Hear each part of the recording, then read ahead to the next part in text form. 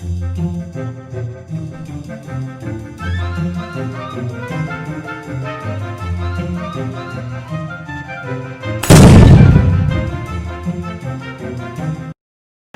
Students, आज हम शुरू कर रहे हैं Frederick Winslow Taylor, FW Taylor हैं, उनकी साइंटिफिक मैनेजमेंट, उनके बेसिक प्रिंसिपल और टेक्निक। इससे पहले हम हेनरी फ्योल के 14 प्रिंसिपल पढ़ चुके हैं, है ना। आप उनको भी रिवाइज करते रहिए। और अब हम आप नई कंसेप्ट जो शुरू कर रहे हैं आज, वो है हमारी साइंटिफिक मैनेजमेंट। देखिए, फादर ऑफ एडमिनिस्ट्रेटिव मैनेजमेंट जब भी बोला जाता है तो है हेनरी फ्योल। एडमिनिस्ट्रेटिव मैनेजमेंट, उनका जो फील्ड था ना, मैनेजमेंट की स्किल सिखाने के लिए या मैनेजमेंट के बारे में जो भी उनकी फिलॉसफीज थी, प्रिंसिपल्स थे, वो थे एडमिनिस्ट्रेशन लेवल। यानी किसी भी तरीके के मैनेजमेंट को करने के लिए आपको ऑफिस लेवल से कहीं ना कहीं जब मैनेज करनी थी ना, तो वो मैनेजमेंट आपको सिखाते हैं जो है हेनरी फ्योल। FW टेलर की थोड़ी सी अलग स्ट्रीम हो जाती है।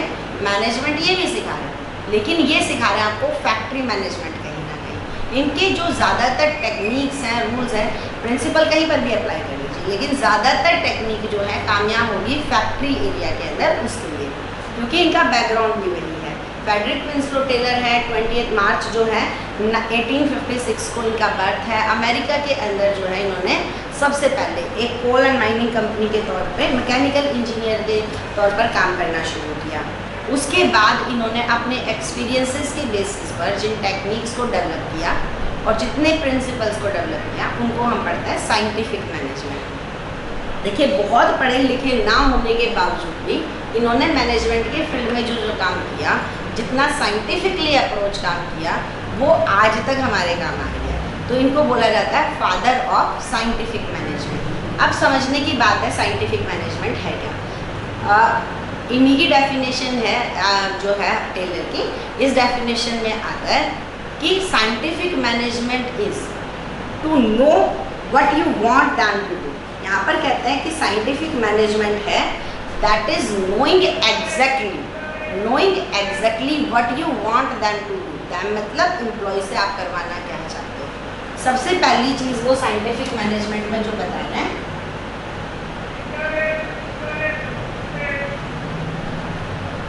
साइंटिफिक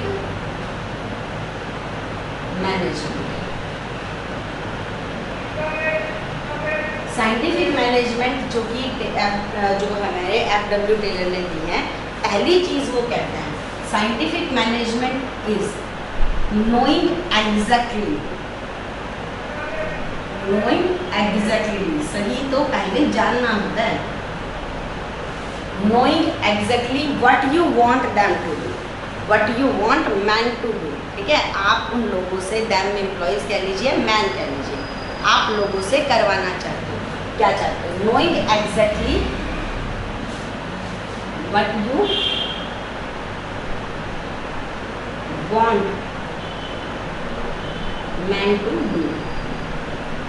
तो पहली चीज है जानना मेन है, करवाएंगे तो बाद में, पहले आपको खुद क्लियर होना चाहिए बीइंग मैनेजर कि आप अपने लोगों से काम क्या करवाना चाहते हो। मोस्ट प्रोबेबली मैनेजमेंट अपने टारगेट इसलिए पूरी नहीं कर पाती बिकॉज इट्स सेल्फ, ठीक है, मैनेजमेंट जो खुद है उसी को क्लियर नहीं है। If manager itself is confused about what to achieve, क्या अचीव करना है उसको वो क्लियर ही नहीं है, उसको क्या चाहिए उसको खुद ही नहीं पता, तो जो रिजल्ट निकल कर आएंगे हम उनके आउटस्टैंडिंग होने को कैसे ही इंश्योर कर सकते हैं। तो पहली चीज़ है मैनेजमेंट की डेफिनेशन साइंटिफिक मैनेजमेंट कहते हैं। साइंटिफिक मैनेजमेंट, देखिए, जब मैनेजमेंट में हम साइंस की अप्रोच को यूज़ कर रहे हैं, एक साइंटिस्ट जो होता है वो ट्राइड एंड टेस्टेड थ्योरीज और प्रिंसिपल के ऊपर काम करता है। वो किसी भी चीज़ को इस चीज़ पर भरोसा नहीं करके मानता कि मान लो, वो कह रहे कैसे मान ले, एक्सपेरिमेंट करिए उन्होंने, है ना, कि एक्सपेरिमेंटेशन से, ऑब्जर्वेशन से तब वो उन चीज़ों को एक्सेप्ट करते हैं। इसी सोच को, इसी अप्रोच को आपने जब मैनेजमेंट के फील्ड में यूज़ कर लिया, साइंटिफिक मैनेजमेंट में दो वर्ड हैं, साइंस और मैनेजमेंट। जब हम साइंटिफिक अप्रोच, और देखिए साइंस सब्जेक्ट नहीं होता है, साइंस अप्रोच होती है। जब आप चीज़ों को अप्रोच करते हो लॉजिकली, जब आप उसके पीछे के कॉजेज रीज़न समझना चाहते हो, नॉलेज के साथ आप चीज़ों को समझते हो, वो चीज़ आपकी आती है मैनेजमेंट में। वो साइंस बनती है। तो साइंस कोई भी सिस्टमेटिक बॉडी नॉलेज होती है, हमने पढ़ा था पीछे साइंस, जिसके कॉज एंड इफेक्ट रिलेशनशिप होते हैं और जो यूनिवर्सली एप्लीकेबल होती है, जिसको हम एक्सपेरिमेंटेशन से, ऑब्जर्वेशन से काम करते हैं जिनके ऊपर, तो वही नॉलेज है। तो जब हम इस तरीके की नॉलेज को जो कि एक्सपेरिमेंटेशन के ऊपर बेस्ड हो और हर जगह अप्लाई होती हो, उस अप्रोच को मैनेजमेंट के फील्ड में भी यूज़ करते हैं ना, तो वो हमारी क्या बन जाएगी, साइंटिफिक मैनेजमेंट। अब यहाँ पर कहा कि साइंटिफिक मैनेजमेंट की जो डेफिनेशन FW टेलर देते हैं, knowing exactly what you want them to do. पहले आपको जानना ज़रूरी है कि आप लोगों से करवाना क्या चाहते हो, एंड देन सीइंग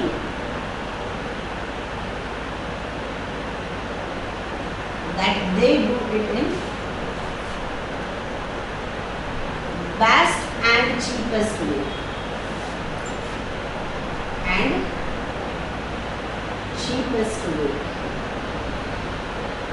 पहले जानोगे ना, फिर देखोगे उस चीज़ को पूरा होते हुए। And then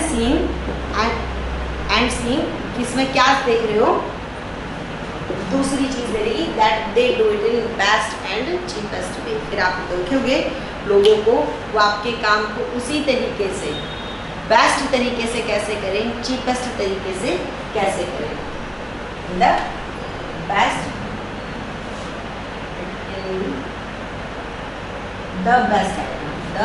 and the cheapest वे। तो ये हमारी चीज़ है कि यहाँ पर मेनली है कि knowing exactly and then seeing. Exactly पता क्या होना चाहिए कि क्या आपको चाहिए, what you want man to do, and seeing में क्या आएगा, सीइंग क्या करोगे, that they do it in the best and the cheapest way. कि आपको अगर ये चीज़ें क्लियर हैं कि आप लोगों से करवाना क्या चाहते हो, ठीक है, अगर ये क्लियर है तो आप फिर देखो उस चीज़ को कि वो उसको आपको सिर्फ करें नहीं, उसको बेस्ट एंड चीपेस्ट वे में भी करें। ये साइंटिफिक मैनेजमेंट जो है उसकी पूरी की पूरी फिलॉसफी होती है। इस फिलॉसफी में उन्होंने हर उस तरीके को, जिसको रूल ऑफ थंब कहा, उसको रिप्लेस किया प्रॉपर साइंस से। रूल ऑफ थंब कन्वेंशनल तरीके, ट्रेडिशनल सोच, जो किसी के पीछे कोई कॉज एंड इफेक्ट रिलेशनशिप नहीं है, कोई प्रॉपर लॉजिक नहीं है, लोग सिर्फ उस काम को इसलिए पुराने तरीके से करते आ रहे हैं क्योंकि उनसे पुराने तरीके के लोग वैसे कर रहे थे। तो उन्होंने कहा इस तरीके की इलॉजिकल या एक तरीके से बिना कोई तरीके का प्रैक्टिस, एक्सपेरिमेंटेशन के बिना हम किसी भी फैक्ट को एक्सेप्ट ना करें। अब यहाँ पर हमारी ये प्रिंसिपल आते हैं, वहाँ पर हमने 14 प्रिंसिपल पढ़े थे, अब हम सिर्फ 4 ही प्रिंसिपल पढ़ने वाले हैं। सबसे पहला प्रिंसिपल है, बहुत इंटरेस्टिंग है, science not rule of thumb. Rule of thumb को ये मान लीजिए वही ट्रेडिशंस जो कि किसी तरीके की साइंस पर बेस्ड नहीं है, science not rule of thumb. Rule of thumb एक तरीके से आप ये सोच लीजिए वो अंगूठा छाप वाली बात होती है कि वो किसी भी काम को सिर्फ इसलिए करते रहते हैं उस तरीके से क्योंकि उन्होंने अपने से पुरानों को ये करते, पुराने लोगों को यही तरीका यूज़ करते हुए देखा है। तो टेलर ने कहता है each job that is going to be performed in an organization, कोई भी जॉब जो आप किसी भी ऑर्गेनाइजेशन के अंदर है करी जा रही है, उसके लिए अप्रोच आपकी क्या होनी चाहिए, साइंटिफिक। हर छोटे से छोटे काम को क्यों किया जा रहा है, कैसे किया जा रहा है, उसके पीछे एक साइंटिफिक अप्रोच होनी चाहिए। If you are not clear about why to do work, ठीक है, आप इस चीज़ के बारे में हो ही नहीं क्लियर कि हम क्यों कर रहे हैं, बस इसलिए नहीं कर रहे हैं क्योंकि पहले किया जाता था, वो आप रूल ऑफ थंब नहीं होंगे। तो यहाँ पर कहते हैं कि आपको साइंटिफिक अप्रोच यूज़ करनी है। दूसरी चीज़ है you have to find the best way, आपको वही बेस्ट मेथड जो है वो फॉलो करते चले जाना है। यही हमारी क्या होती है साइंटिफिक मैनेजमेंट में पहला चीज़ है, science not rule of thumb, कि हर तरीके के काम को आपके ऑर्गेनाइजेशन के अंदर छोटी सी छोटी चीज़ें जो हैं वो क्यों कैसे करी जा रही हैं, क्यों करी जा रही हैं, उनके पीछे एक प्रॉपर इन्वेस्टिगेशन होनी चाहिए। इन्वेस्टिगेशन करिए हर एक मेथड की, हर एक वर्क के भी छोटे से छोटे जॉब्स की, उसकी बेस्ट प्रैक्टिसेस जो हैं वो फाइंड आउट करिए और उनको अप्लाई करिए। यही सबसे पहली चीज़ आती है। और फिर स्टैंडर्डाइज्ड, 3 चीज़ें इन्होंने कहा, investigate, find the best method, best method जो है आप उसको identify, then apply them. Apply भी बहुत सारी अच्छी चीज़ें तो हमें पता होती है, हम अप्लाई क्या कर रहे होते हैं। तो यही चीज़ साइंटिफिक मैनेजमेंट का पहला कि use science not rule of thumb. कोई भी काम को सिर्फ इसलिए मत करते रहिए क्योंकि पुराने करते रहे, आपने साइंस यूज़ करनी है, आपको अप्रोच तक जाना है कि हम उस चीज़ से बेटर कैसे निकाल सकते हैं और बेस्ट कैसे निकाल सकते हैं। तो पहला प्रिंसिपल है science not rule of thumb. देखिए इसमें छोटी सी केस स्टडी है जो बताती है कि किस तरीके से उन्होंने science not rule of thumb पर काम किया। उन्होंने अपने पोस्टल डिपार्टमेंट में एग्जाम्पल है, कितना रियल है वो नहीं मैं कह सकती, लेकिन ये एक एग्जाम्पल है जो ये क्लियर करता है एक्चुअली में science not rule of thumb है क्या। उन्होंने अपनी जो है ऑर्गेनाइजेशन में देखा पोस्टल डिपार्टमेंट में कि एक पर्सन है जिसको बहुत सारी स्टैम्प पोस्ट जो है नीचे आती है बेंच पर रखता है और उनको स्टैम्प करता है। उसका काम ये था कि दिन भर में इतना सारा पोस्ट का ढेर होता है जो भी ऑर्गेनाइजेशन में आती है, उन सबको स्टैम्प करना होता है, रिसीव की डेट रिसीव हो जाता है और डेट बन जाती है। और उसकी टेबल की साइड पे बड़ी सारी जो है पोस्ट का ढेर रहता है, वो नीचे झुकता है, उसको उठाता है और स्टैम्प करता है। हालांकि इसमें एक स्टडी भी आएगी, लेकिन प्रिंसिपल की बात पे है। उन्होंने ये कहा कि इस काम को इस तरीके से क्यों किया जाए, हर एक मूवमेंट को उन्होंने ऑब्जर्व किया। तो वहाँ पर उन्होंने कहा काम को करने का क्या ये भी तरीका हो सकता है कि आप नीचे झुको, लेटर को उठाओ और फिर उसको पोस्ट करो। उन्होंने इसको छोटे छोटे पार्ट्स में करके देखा, तो उन्होंने कहा कि ज़रूरी नहीं है आपका झुकना जिससे आप थक जाते हो और इतना कम काम कर पाते हो, या आपको इतना फिजिकल पेन होता है इतना काम करने के बाद। उन्होंने एक छोटा सा चेंज किया, उन्होंने टेबल के साइड पर एक स्टूल रखा, उस पर बॉक्स रखा, उसमें सारी पोस्ट डाली। अब वो जो टेबल की साइड में आपका बॉक्स रखा था, आपको सिर्फ उसमें से लेटर लेकर स्टैम्प, आपका वो जो बार बार नीचे झुकने का काम था, उठने का काम था, वो खत्म हो गया। एक चीज़ बदली, सिर्फ साइंस बदली ला दी उन्होंने।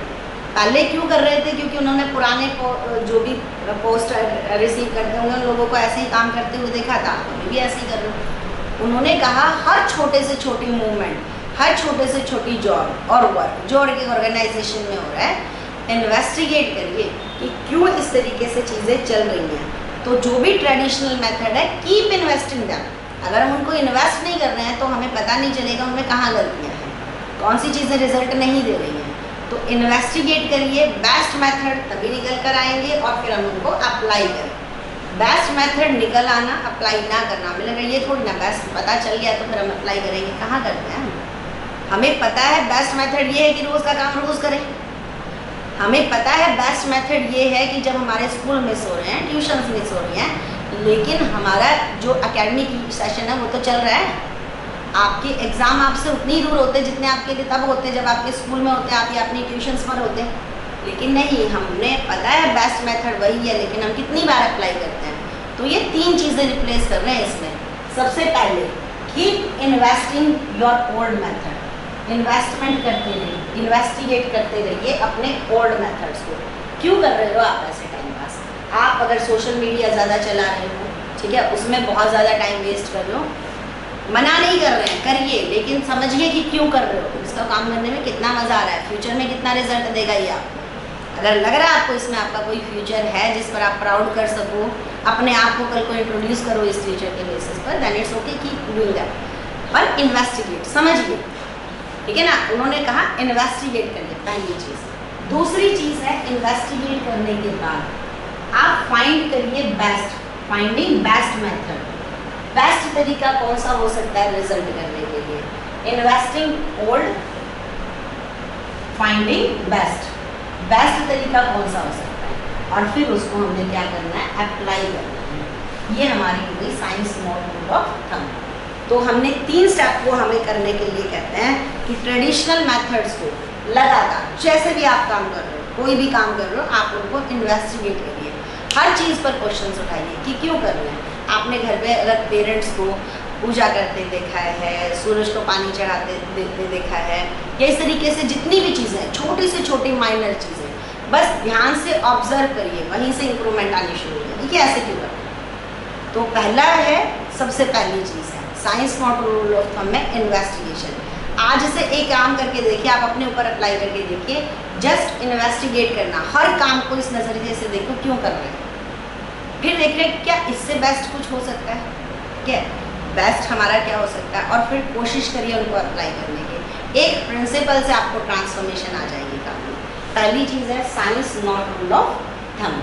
दूसरी जो हमारी प्रिंसिपल है, दूसरा जो हमारा प्रिंसिपल है हार्मनी नॉट डिस्कॉर्ड। दूसरी चीज वो कहते हैं harmony not Discord.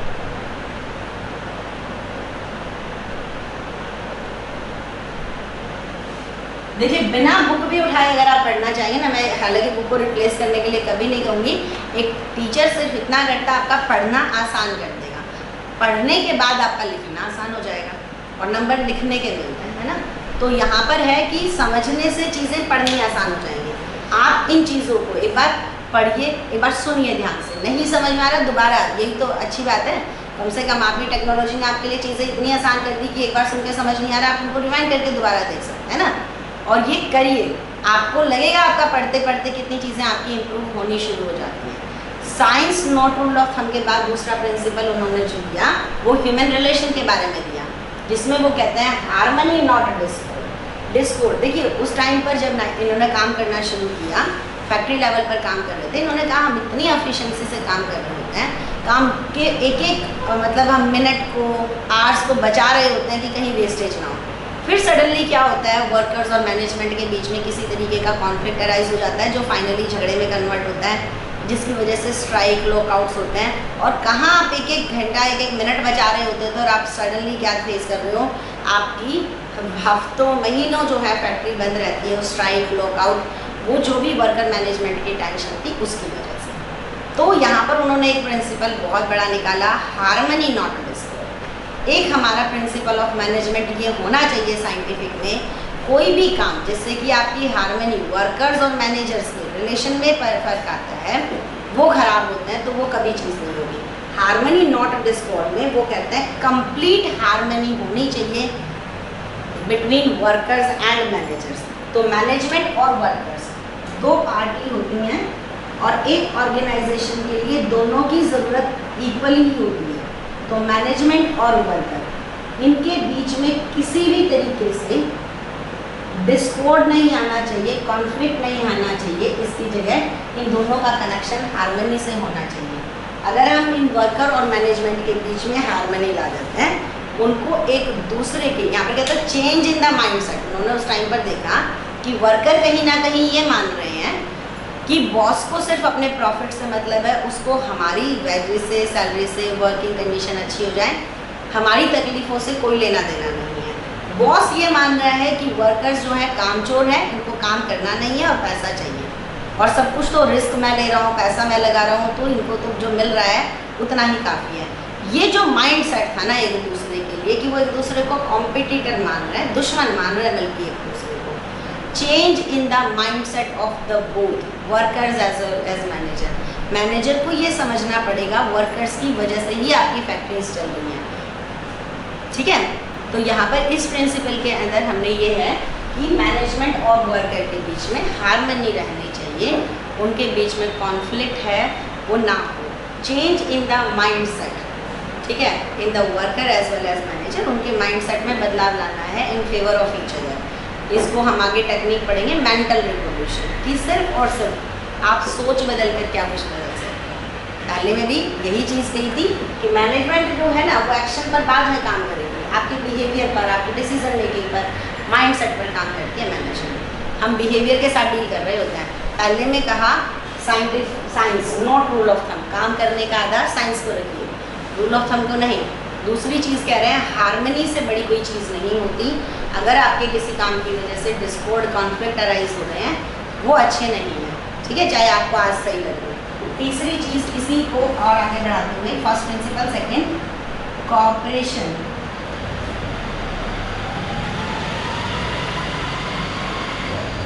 Not individualisation.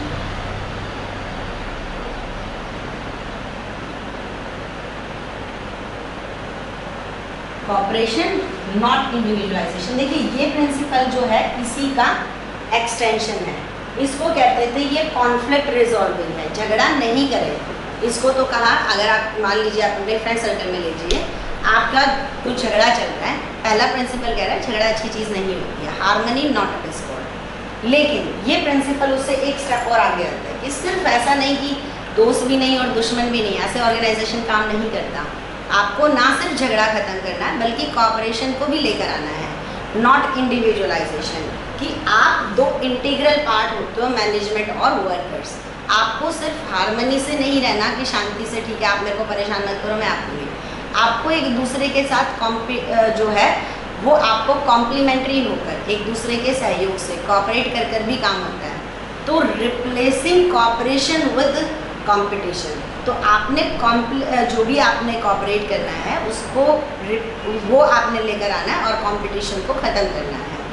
तो जहाँ पर मैनेजमेंट अपने डिसीजन मेकिंग में वर्कर्स को पार्टिसिपेट करने का मौका दें, किसी तरीके के प्रॉफिट अगर ऑर्गेनाइजेशन में आ रहा है वर्कर्स को भी शेयर दिया जा रहा है, ये किसका एग्जांपल है? Cooperation not individualization. कोई भी ऑर्गेनाइजेशन में काम चल रहा है एज एन वर्कर, अगर आप लोगों को परेशानी है, आप मैनेजमेंट के अंदर अपने जो भी कॉन्फ्लिक्ट्स हैं उनको शांति से बिना कोई वर्किंग एनवायरनमेंट में खराब किए उसको बर्बाद किए आप अपना काम निभा ले जाते हो। इसको कहते हैं कॉपरेशन नॉट इंडिविजुअलाइजेशन। इंडिविजुअलाइजेशन होता है अपने अपने बारे में सोचना, कि ना तो वर्कर सिर्फ अपने अपने लिए सोचें, वो भी किसके लिए सोचेंगे? मैनेजमेंट के लिए सोचें, ऑर्गेनाइजेशन के भले के लिए सोचें, और मैनेजमेंट भी ऑर्गेनाइजेशन को सिर्फ अपने लिए यूज़ ना करें, वर्कर्स के लिए भी यूज़ करें। यहाँ पर एक नाम आता है paternalistic style of management. Paternalistic style of management है कि मैनेजमेंट जो है उसका बिहेवियर बिल्कुल पेरेंट्स की तरीके से चलना चाहिए। As parents take care of their child, जिस तरीके से वो उनका ध्यान रख रहे हैं, in the same manner top level management must take care of middle level, middle level must take care of lower level, and lower level should go for workers level. तो ये जो पैटर्नलिस्टिक स्टाइल ऑफ मैनेजमेंट है, इस तरीके का culture आपको पैदा करना है अपने ऑर्गेनाइजेशन में, जहाँ पर एवरीबडी ठीक है कॉपरेट विद एवरीबडी, हर एक के लिए काम कर रहा है। तो जब इस लेवल पर हमारा कॉपरेशन आ जाएगा ना, तो हमारे ऑर्गेनाइजेशन बहुत अच्छा काम करेगा, उस तरीके से काम करेगा जैसे हमने फैक्ट्रीज को जो है हज़ारों लोगों के एक साथ लाते हुए देखा लार्ज स्केल पर प्रोडक्शन के लिए। तो ये हमारा हो गया कॉपरेशन नॉट इंडिविजुअलाइजेशन। और लास्ट लेंथ में सबसे बड़ा है वो है development of each and every employee. Development of, और आज के लिए हमारा लास्ट भी हो जाएगा, development of each and every employ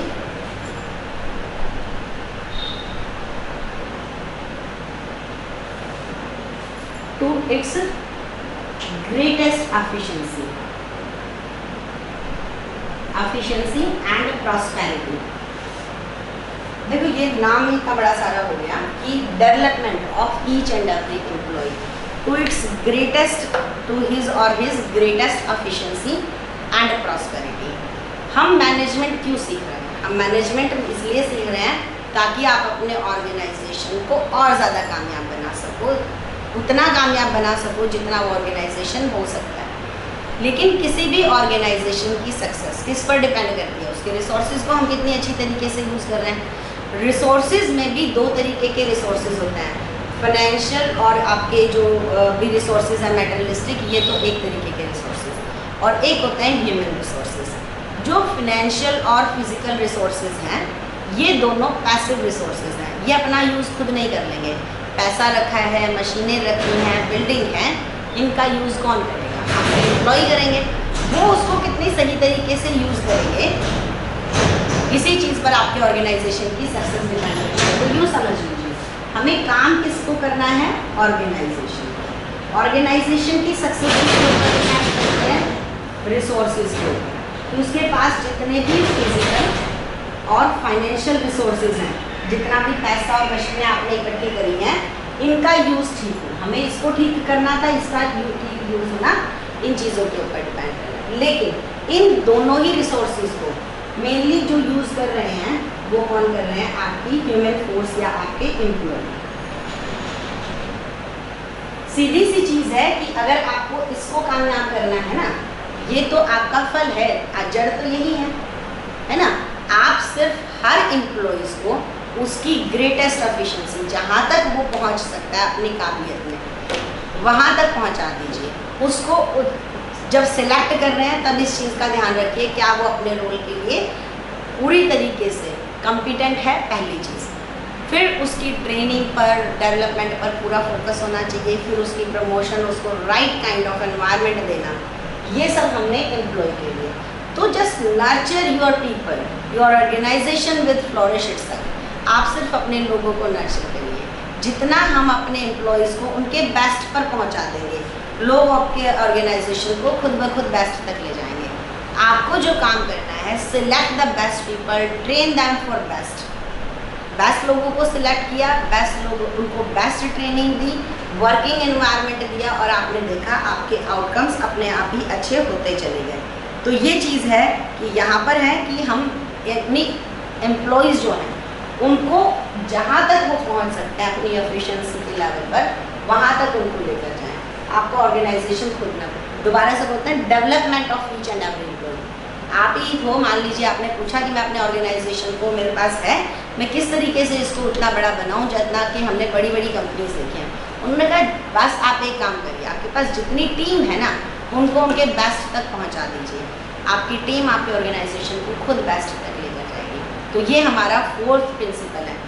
चारों ही प्रिंसिपल के अंदर बहुत बेसिक सी समझ उन्होंने अलग अलग कैटेगरी दी कि पहले काम के बारे में, डिसीजन के बारे में क्या है, बस ट्रेडिशन बहुत हो गया है, इन्वेस्टिगेट करते रहिए क्यों कर दो। दूसरे में कहा शांति किसी भी लेवल पर भंग नहीं होनी चाहिए, हारमोनी सबसे बढ़िया चीज़ है। अगर आप ये चीज़ नहीं रख पाए ना तो आप मैनेजमेंट के तौर पर फेल माने जाओगे। कॉपरेशन जितना ज़्यादा ऑर्गेनाइजेशन में बड़ा होता जाएगा, लोगों की समझ जितनी बड़ी हो जाएगी एक दूसरों को एक्सेप्ट करने के लिए अपनी ज़रूरतों में, आपका ऑर्गेनाइजेशन ग्रो करेगा। और एक चीज़ है कि कोई भी ऑर्गेनाइजेशन अपने रिसोर्सेज से, अपनी बिल्डिंग से, मशीनरी से, कैपिटल इन्वेस्टमेंट से बड़ा नहीं होता। उसके लोग उसमें काम करते हुए कितने बड़े बनते चले जाते हैं, अपने बेस्ट पर कितना पहुंच जाते हैं, उससे बड़ा बनता है। तो ये हमारी हुई साइंटिफिक मैनेजमेंट के 4 प्रिंसिपल। 4 ही प्रिंसिपल हैं, इसमें टेक्निक्स जो है वो हम कर शुरू करते हैं। आज के लिए इतना ही।